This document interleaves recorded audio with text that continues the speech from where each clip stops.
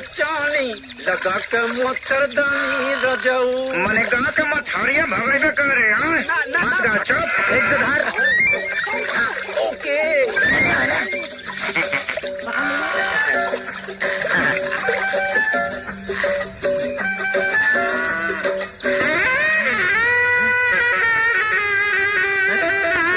एकर पीसते ही खाइए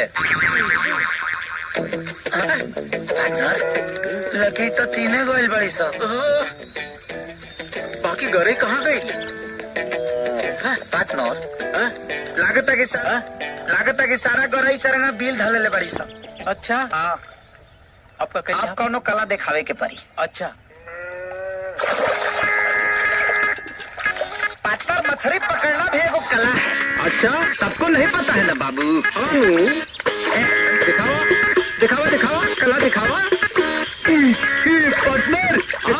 यस ये देखा बाबू आधी रंडी आदमी नहीं है हम। देखा इसका बड़ा है देखा तू ही खाली चलता रहा। अब देखा हमार खेला पार्टनर। अब हमारा खेला देखो पकड़ो पकड़ो पकड़ी ये